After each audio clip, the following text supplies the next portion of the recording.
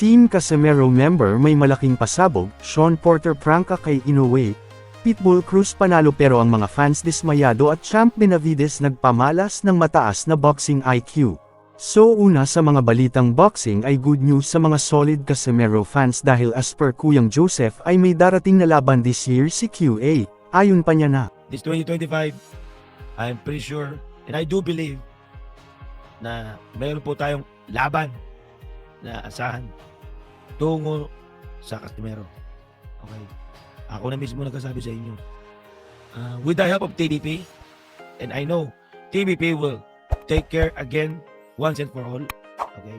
Kaya huwag po tayong mag-isip-isip or magtaka na baka wala ng promotion. No.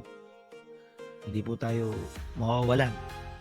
Of course, mahal na mahal ng TBP ang Casimero Brothers.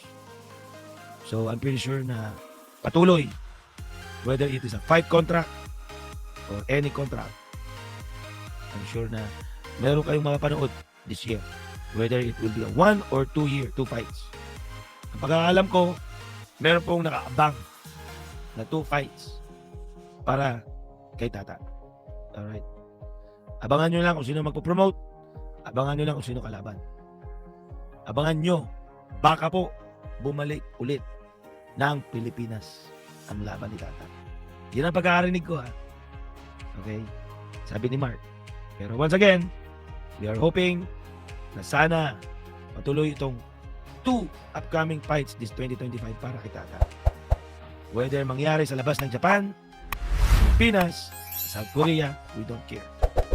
All we care about is makita ang laban.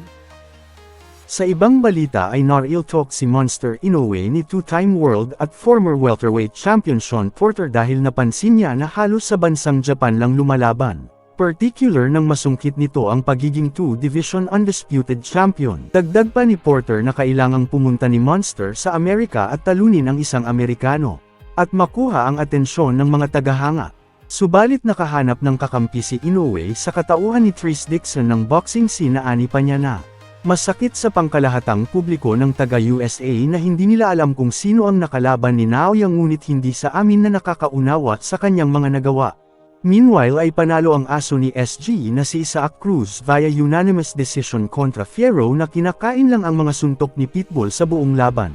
Nakabawi naman si Fierro sa third round nang makakonekta ng malinis na suntok na nagpawindang kay Cruz. Natapos ang scheduled round 10 na di napatumba ni Pitbull ang kalaban at sa huli ay nasungkit ang commemorative belt na WBC Azteca belt.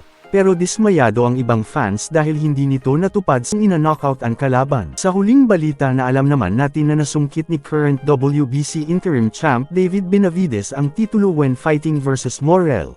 At napansin ng mga boxing experts na bagamat medyo bumagal si Benavides nang umakyat ito sa lightweight pero hindi naging problema dahil itong si Morrell ay sumayaw rin sa tempo ng kanyang game plan.